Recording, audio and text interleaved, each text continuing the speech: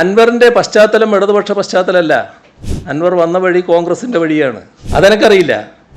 ഇതുമായി ബന്ധപ്പെട്ട് വേറൊരു ഭാഗമുണ്ട്. നിങ്ങൾ ചോദിക്കാൻ പോകുന്ന അതാണെന്ന് എനിക്കറിയാം. അത് ഞാൻ പറയാം. ധൃതിപ്പെടണ്ട. മറ്റേ ഭാഗം പാർട്ടി കാര്യം അത് ഞാൻ പറയണമെങ്കിൽ ഞാൻ പറയാൻ തയ്യാറാണ്. പക്ഷേ പറയണം. അത് മുഖ്യമന്ത്രി അതിലൊക്കെ പറയുന്നതല്ല കേട്ടോ. സാധാരണ നിലക്ക് ഞാനല്ലാതെ പറയേണ്ടത്. പക്ഷേ നിങ്ങൾ നിർബന്ധിക്കുന്നതുകൊണ്ട് ഞാൻ പറയാം. ഞാനൊരു കമ്മ്യൂണിസ്റ്റുകാരൻ കൂടിയാണല്ലോ, അതുകൊണ്ട് ഞാൻ പറയാം. അങ്ങനെയെല്ലാമുള്ള ബോധം അദ്ദേഹത്തിന് ഉണ്ടായിരുന്നുവെങ്കിൽ ആദ്യം ചെയ്യേണ്ടിയിരുന്നത് പാർട്ടിയുടെ ശ്രദ്ധയിൽപ്പെടുത്തലായിരുന്നു. ഞങ്ങളുടെ കൂട്ടത്തിലുള്ള ഒരാൾ സ്വീകരിക്കുന്ന നടപടിയല്ല. പാർട്ടി നിയോഗിച്ച് എൻ്റെ ഓഫീസിൽ പൊളിറ്റിക്കൽ സെക്രട്ടറി അദ്ദേഹം പ്രവർത്തിക്കുകയാണ്. മാതൃകാപരമായ പ്രവർത്തനമാണ് അദ്ദേഹം നടത്തുന്നത്. ഒരു തരത്തിലുള്ള തെറ്റായ കാര്യവും അദ്ദേഹത്തിൻ്റെ പക്കലില്ല. ആര് പറഞ്ഞാലും അതെല്ലാം അവജ്ഞയോട് തള്ളിക്കളയുന്നു എന്നുള്ളതേ ഉള്ളൂ. ഒരു പരിശോധനയും അക്കാര്യത്തിൽ ആവശ്യമില്ല. ശശിയല്ല ആരായാലും ആ ഓഫീസിൽ ഇരിക്കാൻ പറ്റില്ല. നമ്മൾ ആരുമായിട്ടല്ല സംസാരിക്കുന്ന കാര്യങ്ങൾ റെക്കോർഡ് ചെയ്യലാണോ സാധാരണഗതിയിൽ ഒരു പൊതുപ്രവർത്തകൻ? ഇവിടെ ഇദ്ദേഹത്തിന് അൻവറിനെ പറ്റി പറയാത്തതുകൊണ്ട് വല്ലാത്ത വിഷമത്തിൽ നിൽക്കുകയാണ്. അതുകൊണ്ട് ഞാൻ പറയട്ടെ. പറയാം.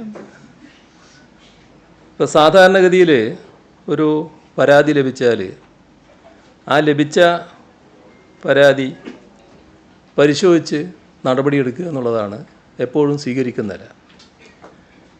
ഇവിടെ എന്താ ചെയ്തത്? അൻവർ പരാതി തന്നു. പോലീസ് മേധാവിയുടെ പരാതി തരുന്നതിന് മുൻപ് തന്നെ അദ്ദേഹം പരസ്യമായി ചാനലുകളിൽ ദിവസങ്ങളോളം പറഞ്ഞുകൊണ്ടിരുന്നപ്പോൾ, ഒരു ദിവസം പറഞ്ഞു, പിറ്റേ ദിവസവും പറഞ്ഞു, അങ്ങനെ വന്നപ്പോൾ അദ്ദേഹം ഉയർത്തിയ പ്രശ്നങ്ങളെക്കുറിച്ച് അന്വേഷിക്കുന്നതിന് സംസ്ഥാന പോലീസ് മേധാവിയുടെ നേതൃത്വത്തിൽ പ്രത്യേക സംഘത്തെ തന്നെ നിയോഗിക്കുകയുണ്ടായി. ഇവിടെ കാണേണ്ട ഒരു വസ്തുത, അതുമായി ബന്ധപ്പെട്ട് അന്വേഷണം നടക്കുകയാണ്. ആ അന്വേഷണത്തിൻ്റെ ഭാഗമായി ഉചിതമായ നടപടി സർക്കാർ സ്വീകരിക്കുമെന്ന് നേരത്തെ തന്നെ വ്യക്തമാക്കിയിട്ടുള്ളതാണ്. ഒരു മുൻവിധിയോടെയും ഈ കാര്യത്തെ സമീപിക്കുന്നില്ല. കള്ളക്കടത്തുകാരെ കർക്കശമായി കൈകാര്യം ചെയ്യാനും പോലീസിന് നിർദ്ദേശം നൽകിയിട്ടുണ്ട്. അക്കാര്യത്തിൽ ഒരു വിട്ടുവീഴ്ചയും ഉണ്ടാവില്ല. ഇതുമായി ബന്ധപ്പെട്ട് വേറൊരു ഭാഗമുണ്ട്. നിങ്ങൾ ചോദിക്കാൻ പോകുന്ന അതാണെന്ന് എനിക്കറിയാം. അത് ഞാൻ പറയാം. ധൃതിപ്പെടണ്ട. അതല്ലേ, ഞാൻ തയ്യാറായിരിക്കുകയല്ലേ. നിങ്ങളതിന് വേവലാതിപ്പെടുന്നു. ഞാൻ മുഖ്യമന്ത്രി എന്ന നിലക്കാണല്ലോ പറയുന്നത്. മുഖ്യമന്ത്രി എന്ന കസേരയിൽ ഇരുന്നു കൊണ്ട് ഞാൻ പറയാണ് അദ്ദേഹം ഒരു പരാതി പറഞ്ഞു, പരാതി തന്നെ പിന്നെ തന്നു. ആ പരാതി ഗൗരവമായി അന്വേഷിക്കാൻ സംവിധാനം ഒരുക്കിയിരിക്കുന്നു. ആ അന്വേഷണത്തിൻ്റെ ഭാഗമായി എന്തെങ്കിലും കണ്ടെത്തുകയാണെങ്കിൽ നടപടിയുണ്ടാവും. പിന്നെ മറ്റേ ഭാഗം പാർട്ടി കാര്യം അത് ഞാൻ പറയണമെങ്കിൽ ഞാൻ പറയാൻ തയ്യാറാണ്. പക്ഷേ പറയണം. അത് മുഖ്യമന്ത്രി അതിലൊക്കെ പറയുന്നതല്ല കേട്ടോ. അതല്ലേ നിങ്ങൾ ഉദ്ദേശിക്കുന്നത്? അത് വേണമെങ്കിൽ ഞാൻ പറയാം. ഈ ചോദ്യത്തിന് ഞാൻ പറയാം. അതാണ് ഉദ്ദേശിക്കുന്നതെങ്കിൽ അത് ഞാൻ പറയാം. ഞാൻ പറയുന്നത് സാധാരണ നിലക്ക് ഞാനല്ലാതെ പറയേണ്ടത്. പക്ഷേ നിങ്ങൾ നിർബന്ധിക്കുന്നതുകൊണ്ട് ഞാൻ പറയാം. ഞാനൊരു കമ്മ്യൂണിസ്റ്റുകാരൻ കൂടിയാണല്ലോ, അതുകൊണ്ട് ഞാൻ പറയാം. സാധാരണ നിലക്ക് ഇത്തരമൊരു പ്രശ്നമുണ്ടെങ്കിൽ അദ്ദേഹം ഈ കാര്യങ്ങൾ ഒരു കമ്മ്യൂണിസ്റ്റുകാരൻ്റെ കൂടെ നിൽക്കുന്ന, കമ്മ്യൂണിസ്റ്റ് പാർട്ടിയുടെ കൂടെ നിൽക്കുന്ന CPIM-ൻ്റെ പാർലമെൻ്ററി പാർട്ടി അംഗമാണല്ലോ അദ്ദേഹം. അതുകൊണ്ടാണല്ലോ ഇടതുപക്ഷം എന്ന് പറയുന്നത്, ഇടതുപക്ഷ MLA എന്ന് പറയുന്നത്. അങ്ങനെയുള്ള ഒരാൾ, അദ്ദേഹം തന്നെ പറഞ്ഞല്ലോ ഞങ്ങളെല്ലാം പാർട്ടി നിയോഗിച്ചതാണ്. അങ്ങനെയെല്ലാമുള്ള ബോധം അദ്ദേഹത്തിന് ഉണ്ടായിരുന്നുവെങ്കിൽ ആദ്യം ചെയ്യേണ്ടിയിരുന്നത് പാർട്ടിയുടെ ശ്രദ്ധയിൽപ്പെടുത്തലായിരുന്നു. എൻ്റെ ശ്രദ്ധയിലും പെടുത്താം, മുഖ്യമന്ത്രി എന്ന നിലക്ക് മുഖ്യമന്ത്രിയുടെ ശ്രദ്ധയിലും പെടുത്താം, പാർട്ടിയുടെ ശ്രദ്ധയിലും പെടുത്താം. പാർട്ടിയുടെ ശ്രദ്ധയിൽപ്പെടുത്തിയതിന് ശേഷമായിരുന്നു പിന്നെ പരസ്യ നടപടികളിലേക്ക് സാധാരണഗതിയിൽ പോകേണ്ടത്. അത് അല്ല അദ്ദേഹം സ്വീകരിച്ചത്. അത് സാധാരണ നിലക്ക് ഞങ്ങളുടെ കൂട്ടത്തിലുള്ള ഒരാൾ സ്വീകരിക്കുന്ന നടപടിയല്ല. അതാണ് അതിൽ കാണേണ്ടത്. അൻവറിനെ പറ്റി പരിശോധിക്കണമെന്ന് പറഞ്ഞുകൊണ്ട് ഗവർണർ കത്തയച്ചിട്ടുണ്ട്. ഈ പറഞ്ഞ മറ്റു കാര്യങ്ങൾ പരിശോധിക്കുന്ന കൂട്ടത്തിൽ. അതെ, അതൊക്കെ അവരെ പരിശോധനക്കാർ പരിശോധിക്കട്ടെ. അതിൻ്റെ പരിശോധന നടക്കുമല്ലോ, അന്വേഷണ സംഘം പരിശോധിക്കുമല്ലോ. എന്താ സംശയം എന്ന്? അദ്ദേഹം CPIM-ൻ്റെ സംസ്ഥാന കമ്മിറ്റി അംഗമാണ്. പാർട്ടി നിയോഗിച്ച് എൻ്റെ ഓഫീസിൽ പൊളിറ്റിക്കൽ സെക്രട്ടറി അദ്ദേഹം പ്രവർത്തിക്കുകയാണ്. മാതൃകാപരമായ പ്രവർത്തനമാണ് അദ്ദേഹം നടത്തുന്നത്. ഒരു തരത്തിലുള്ള തെറ്റായ കാര്യവും അദ്ദേഹത്തിൻ്റെ പക്കലില്ല. ആര് പറഞ്ഞാലും അതെല്ലാം അവജ്ഞയോട് തള്ളിക്കളയുന്നു എന്നുള്ളതേ ഉള്ളൂ. ഒരു പരിശോധനയും അക്കാര്യത്തിൽ ആവശ്യമില്ല. അൻവറോ മറ്റുള്ളവരോ കൊടുക്കുന്ന പരാതി അതേപോലെ സ്വീകരിച്ച് നടപടിയെടുക്കാനല്ല ശശി അവിടെ ഇരിക്കുന്നത്. ഈ സർക്കാരിന് നിയമപ്രകാരം സ്വീകരിക്കാൻ പറ്റുന്ന നടപടി മാത്രം എടുക്കുന്നതിനാണ് അത് അവിടെ ഇരിക്കുന്നത്. അല്ലാത്ത നടപടി സ്വീകരിച്ചാൽ ശശിയല്ല ആരായാലും ആ ഓഫീസിൽ ഇരിക്കാൻ പറ്റില്ല. നിയമപ്രകാരമുള്ള നടപടി മാത്രമേ സ്വീകരിക്കാൻ പറ്റൂ. ഞാൻ പറഞ്ഞു തീരട്ടെ, നിങ്ങളെന്തിനാ ധൃതിപ്പെടുന്നത്? നിയമപ്രകാരം സ്വീകരിക്കാൻ പറ്റാത്ത എന്തെങ്കിലും കാര്യം പറഞ്ഞിട്ടുണ്ടെങ്കിൽ സ്വാഭാവികമായി ചെയ്തിട്ടുണ്ടാവില്ല. ആ ചെയ്യാത്തതിനൊക്കെയുള്ള വിരോധം വെച്ച് വിളിച്ചു പറഞ്ഞാൽ അതിൻ്റെ മേലെയൊന്നും മാറ്റുന്നതല്ല അത്തരം ആളുകളെ. അത് മനസ്സിലാക്കണം. അതെനിക്കറിയില്ല.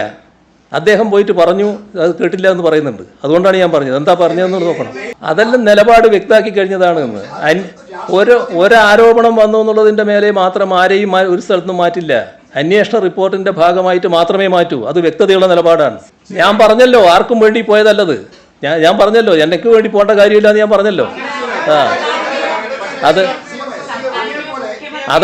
അതൊക്കെ പരിശോധനയുടെ ഭാഗമായി അദ്ദേഹത്തിൽ നിയതമായ അധികാരങ്ങൾക്കപ്പുറം അദ്ദേഹം പ്രവർത്തിച്ചിട്ടുണ്ടെങ്കിൽ സ്വാഭാവികമായി നടപടി വരും. അതിനെപ്പറ്റി ഒരു ശങ്കയും വേണ്ട. നിങ്ങൾക്ക് ചോദ്യത്തിന് മറുപടിയല്ല വേണ്ടത്. നിങ്ങളൊരു ഒരു ബഹളമയമാക്കാനാണോ ഉദ്ദേശം? എന്നാൽ ഓരോരുത്തരായി ചോദിക്കണ്ടേ, എന്നാലേ പറയാൻ പറ്റൂ. ഞാൻ പറഞ്ഞല്ലോ, ഞാനിവിടെ ഇരിക്കാൻ തയ്യാറാണ്. അതൊക്കെ പരിശോധനയുടെ ഭാഗമായി വരട്ടെ. പരിശോധിച്ച് വന്നതിന് ശേഷം അതിലെന്തെങ്കിലും വീഴ്ചയുണ്ടെങ്കിൽ അപ്പോൾ എന്ത് നടപടി എടുക്കുമെന്ന് പറയാം. വിജിലൻസ് അന്വേഷണത്തിൻ്റെ ഭാഗമായുള്ള ആദ്യത്തെ വെരിഫിക്കേഷനാണ് നടക്കുക. ആ വെരിഫിക്കേഷൻ നടന്നതിന് ശേഷം എന്തെങ്കിലും ഉണ്ടെങ്കിൽ, ഞാൻ പറഞ്ഞില്ല, ഏത് അന്വേഷണവും നടന്നതിന് ശേഷം അതിൻ്റെ ഭാഗമായി എന്തെങ്കിലും കാര്യങ്ങളുണ്ടെങ്കിൽ അപ്പോൾ ഉചിതമായ നടപടി വരും. അപ്പോൾ മാത്രമേ നടപടി ഉണ്ടാവും. ആവർത്തിച്ച് ഞാൻ പറയുകയാണ്. ആരെങ്കിലും ആരോപണം ഉന്നയിച്ചു എന്നുള്ളതിൻ്റെ മേലെ ഉത്തരവാദപ്പെട്ട സ്ഥാനത്തിരിക്കുന്ന ഒരാളെയും മാറ്റുമെന്ന് ആരും തെറ്റിദ്ധരിക്കണ്ട. അത് കാര്യം വ്യക്താക്കട്ടെ. ഒരു ആരോപണം വന്നു എന്നുള്ളത് കൊണ്ട് മാത്രം ആരെയും ഒരു സ്ഥലത്തൊന്നും ഒഴിവാക്കില്ല. അത് സംബന്ധിച്ച് അന്വേഷണം നടത്തി ആ ആരോപണത്തിൽ എന്തെങ്കിലും കഴമ്പുണ്ടെന്ന് കണ്ടാൽ ഉചിതമായ നടപടി സർക്കാർ എടുത്തിരിക്കും. അതിനാണ് ഞാൻ പറഞ്ഞല്ലോ, എൻ്റെ നിലപാട് വ്യക്തമാക്കിയല്ലോ. ആ നിലപാട് ഞാൻ പറഞ്ഞല്ലോ, വ്യക്തമാക്കിയല്ലോ. അൻവറിൻ്റെ കാര്യം എന്താണ്? നിങ്ങളെ സംശയം അതാണെങ്കിൽ നിങ്ങൾ പറഞ്ഞോളൂ, എൻ്റെ വായിലുണ്ട. ഞാൻ പറഞ്ഞ കാര്യം പരസ്യമായിട്ട് പറഞ്ഞു കഴിഞ്ഞല്ലോ. അത് എൻ്റെ പേരെ ഇട്ടിട്ട് തന്നെ രക്ഷപ്പെടുത്താൻ നോക്കണ്ട. അൻവറിനോട് ഞാൻ പറയേണ്ടത് അങ്ങനെയല്ല. സാധാരണഗതിയിൽ ചെയ്യേണ്ട കാര്യം എന്താണെന്ന് പറഞ്ഞാൽ, ഇപ്പോൾ അൻവർ പറയുന്നില്ലേ, മുഖ്യമന്ത്രിയുടെ ഓഫീസിൽ നിന്ന് വിളിച്ചു, ഞാൻ ഫോൺ ഓഫ് ചെയ്തു എന്ന്. ഇങ്ങനൊരു പത്രസമ്മേളനം അദ്ദേഹം ആദ്യം നടത്തിയപ്പോൾ ആ പത്രസമ്മേളനം കണ്ട ഉടനെ തന്നെ ഞാൻ അദ്ദേഹത്തെ ബന്ധപ്പെടാൻ ഓഫീസിൽ പറയുകയാണ്. അദ്ദേഹത്തിന് എന്തെങ്കിലും പറയാനുണ്ടെങ്കിൽ എൻ്റെ അടുത്ത് വന്ന് കാര്യങ്ങൾ പറയണം. ഇത് മാധ്യമങ്ങളുമായി ചർച്ച ചെയ്യല്ല വേണ്ടത്, എൻ്റെ അടുത്ത് വരാൻ പറയൂന്ന് പറഞ്ഞു. എൻ്റെ ഓഫീസിൽ നിന്ന് മാത്രമല്ല മറ്റു തരത്തിലും അദ്ദേഹത്തിന് വിവരം കൊടുത്തു. അദ്ദേഹം തൊട്ട പിറ്റേ ദിവസവും പത്രസമ്മേളനം നടത്തി. അന്നും അദ്ദേഹത്തെ കണ്ടു. ഇനി കൂടുതൽ പറയാതെ എൻ്റെ അടുത്ത് വരികയാണ് വേണ്ടത്, അതിൻ്റെ ശേഷം കാര്യങ്ങൾ നടത്തുകയാണ് വേണ്ടത് എന്ന് വീണ്ടും അദ്ദേഹത്തോട് നേരിട്ട് മറ്റൊരാൾ പറയുകയാണ്. അതിനുശേഷം മൂന്നാമത്തെ ദിവസവും അദ്ദേഹം പത്രസമ്മേളനം നടത്തി. ആ മൂന്നാമത്തെ ദിവസത്തെ പത്രസമ്മേളനത്തിലാണ് അദ്ദേഹം പറയുന്നത്, ഞാൻ മുഖ്യമന്ത്രിയെ നാളെ പോയി കാണും കേട്ടോ. അങ്ങനെയാണ് അദ്ദേഹം വരുന്നത്. അപ്പോഴേക്ക് അദ്ദേഹവുമായി സംസാരിച്ച കാര്യങ്ങൾ റെക്കോർഡ് ചെയ്തിട്ടുള്ള വിവരങ്ങളടക്കം പരസ്യമായിട്ട് വരുന്നു, ചാനലുകളിൽ വരുന്നു. അദ്ദേഹവുമായിട്ട് സംസാരിക്കുന്ന കാര്യങ്ങൾ റെക്കോർഡ് ചെയ്യുന്ന ഒരു പൊതുപ്രവർത്തകനായിട്ട് അൻവർ മാറുന്നു. നിങ്ങളാരെങ്കിലും കാണിക്കും അങ്ങനെ? നമ്മൾ ആരുമായിട്ടല്ല സംസാരിക്കുന്ന കാര്യങ്ങൾ റെക്കോർഡ് ചെയ്യലാണോ സാധാരണഗതിയിൽ ഒരു പൊതുപ്രവർത്തകൻ? പക്ഷേ ആ കാര്യങ്ങൾ അദ്ദേഹം റെക്കോർഡ് ചെയ്ത് പരസ്യമായിട്ട് കാണിക്കുന്നു. അത്രയും കാര്യങ്ങൾ വന്നപ്പോൾ എൻ്റെ അടുത്ത് അദ്ദേഹം വന്നു, നിവേദനം തന്നു. ആ നിവേദനത്തിൻ്റെ മേലെ ഞാൻ പറഞ്ഞു, ഇപ്പം തന്നെ അന്വേഷണ സംഘം വന്നിട്ടുണ്ട്, ആ അന്വേഷണ സംഘത്തിന് കൊടുത്തിട്ടുണ്ട്, അവരെ അന്വേഷണ റിപ്പോർട്ട് വരട്ടെ, നടപടി എന്താണെന്ന് അതിന് ശേഷം തീരുമാനിക്കുക എന്ന് പറഞ്ഞ് അദ്ദേഹത്തെ വിട്ടു. ആകെ 5 മിനിറ്റാണ് ഞങ്ങൾ തമ്മിൽ കണ്ടത്. നിങ്ങൾ അരമണിക്കൂർ എന്നൊക്കെ പറഞ്ഞു, അത് വസ്തുതയല്ല. 5 മിനിറ്റാണ് കണ്ടത്. 5 മിനിറ്റ് കൊണ്ട് അദ്ദേഹം എൻ്റെ ഓഫീസിൽ നിന്ന് ഇറങ്ങി പോവുകയും ചെയ്തു. അതാണ് വസ്തുത. എന്നെ വഴിവിട്ട് സഹായിക്കാൻ നിങ്ങൾക്ക് ആർക്കും കഴിയില്ല, ഒരാൾക്കും കഴിയില്ല. കാരണം വഴിവിട്ട് നടക്കുന്നൊരു ശീലമുണ്ടയാളെ മാത്രമേ വഴിവിട്ട് സഹായിക്കാൻ പറ്റൂ. ആ പൂതിയൊക്കെ മനസ്സിൽ വെച്ചാൽ മതി. പിന്നെ ഏതെങ്കിലും ഒരു അപഖ്യാതി പറഞ്ഞു വരുത്തി അതിൻ്റെ ഭാഗമായിട്ട് എന്നെ മറ്റൊരാൾക്കെതിരാക്കാന്നുള്ളതും സാധിക്കുന്ന കാര്യമല്ല. എന്താണോ നിയമപ്രകാരം ചെയ്യേണ്ടത് അത് മാത്രമേ സാധാരണഗതിയിൽ ചെയ്യൂ. ഇവിടെ കേൾക്കുന്നത് എന്തിന് നിങ്ങളതിന് ധൃതി കാണിക്കുന്നത്? ഞാൻ എഴുന്നേറ്റ് പോകുന്നില്ലല്ലോ. ഇതിനകത്ത് ശ്രദ്ധിക്കേണ്ട ഒരു കാര്യം, അദ്ദേഹം തന്നെ, അൻവർ തന്നെ നേരത്തെ വ്യക്തമാക്കിയിട്ടുണ്ട്. നേരത്തെ അദ്ദേഹത്തിന് ഈ മറുനാടൻ മലയാളിയുമായിട്ട് ബന്ധപ്പെട്ടുള്ള വിഷയത്തിൽ അദ്ദേഹത്തെ അറസ്റ്റ് ചെയ്യാത്തതിൽ ഈ അജിത് കുമാറാണ് അതിൻ്റെ ആൾ എന്ന് പറഞ്ഞുകൊണ്ടുള്ള പരാതി ഉണ്ടായിരുന്നു. ആ പരാതി ഒരു ഘട്ടത്തിൽ എന്നോടും പറഞ്ഞിരുന്നു അദ്ദേഹം, ഇത് ഇങ്ങനെയാണെന്നത്. പക്ഷേ എൻ്റെ പരിശോധനയിൽ അത് അങ്ങനെ ഒരു വസ്തുത എൻ്റെ ബോധ്യത്തിലില്ല. അന്ന് പോലീസിലും അന്വേഷിച്ച് നോക്കുമ്പോൾ അതിൻ്റെതായ നടപടിക്രമങ്ങൾ അവർ പാലിച്ചിട്ടുണ്ട്. പക്ഷേ അവർക്ക് അറസ്റ്റ് ചെയ്യാൻ പറ്റിയില്ല എന്നുള്ളത് മാത്രമേ മനസ്സിലാക്കിയിട്ടുള്ളൂ. പിന്നെ മറുനാടൻ മലയാളിയുടെ ഏറ്റവും കടുത്ത വിമർശനത്തിന് വിധേയനാകുന്ന ആൾ ആരാണെന്ന് നിങ്ങൾക്ക് എല്ലാവർക്കും അറിയാമല്ലോ. അപ്പോൾ അയാൾ ഇയാളെയൊക്കെ സഹായിക്കുന്നത് പറയാൻ പറ്റില്ലല്ലോ. അത് പറഞ്ഞിട്ടില്ല എന്ന് മാത്രം. പക്ഷേ ഓഫീസിലുള്ള മറ്റാളുകളെ അതുമായി ബന്ധപ്പെടുത്തി പറയുകയാണ്. അവരൊക്കെ CM ഓഫീസാണ്, CM ഓഫീസിൻ്റെ ഭാഗമായി നിൽക്കുന്നതാണ്, വിശ്വസ്തമായ രീതിയിൽ കാര്യങ്ങൾ നിർവഹിച്ചു പോവുകയാണ്. തുടർച്ചയായി പറഞ്ഞുകൊണ്ടിരിക്കുന്നതിൻ്റെ ഭാഗമായിട്ടാണ് ഞാനും ഇങ്ങനെ പറയുന്നത്. ഇനി വേണമെങ്കിൽ ഞാനും തുടർച്ചയായി പറഞ്ഞുകൊണ്ടിരിക്കും.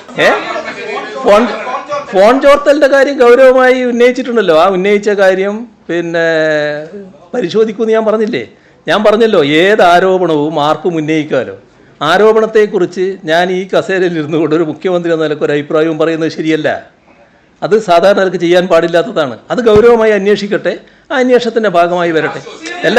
അല്ല ഞാൻ പറഞ്ഞത് ആധികാരികമായ ഒരു റിപ്പോർട്ട് എൻ്റെ കയ്യിൽ കിട്ടിയത് കൊണ്ടാണ്. സ്വർണ്ണക്കടത്തുമായി ബന്ധപ്പെട്ട കാര്യം അത് പോലീസിനെ നിർവീര്യമാക്കാനാണ് എന്ന് പറയുന്ന ആ റിപ്പോർട്ട് ശരിയായതുകൊണ്ടാണ് നിങ്ങളുടെ മുമ്പിൽ നിങ്ങളിലൂടെ നാടിനോട് ഞാൻ പറഞ്ഞത്. അത് നാട് അറിയേണ്ടതായിട്ടുണ്ട് എന്നുള്ളത് കൊണ്ടാണ്. മറ്റു കാര്യങ്ങളൊന്നും ഞാനിപ്പോൾ പറയില്ല, കാരണം അത് പരിശോധനയ്ക്ക് ശേഷം തീരുമാനിക്കേണ്ട കാര്യമാണ്. അൻവറിൻ്റെ പശ്ചാത്തലം ഇടതുപക്ഷ പശ്ചാത്തലമല്ല. അൻവർ വന്ന വഴിയുണ്ട്. അൻവർ വന്ന വഴി കോൺഗ്രസിൻ്റെ വഴിയാണ്. അവിടെ നിന്ന് ഇങ്ങോട്ട് വന്നതാണ്. നിങ്ങൾ വേണ്ടാത്ത വ്യാഖ്യാനത്തിലൊന്നും പുറപ്പെടണ്ട.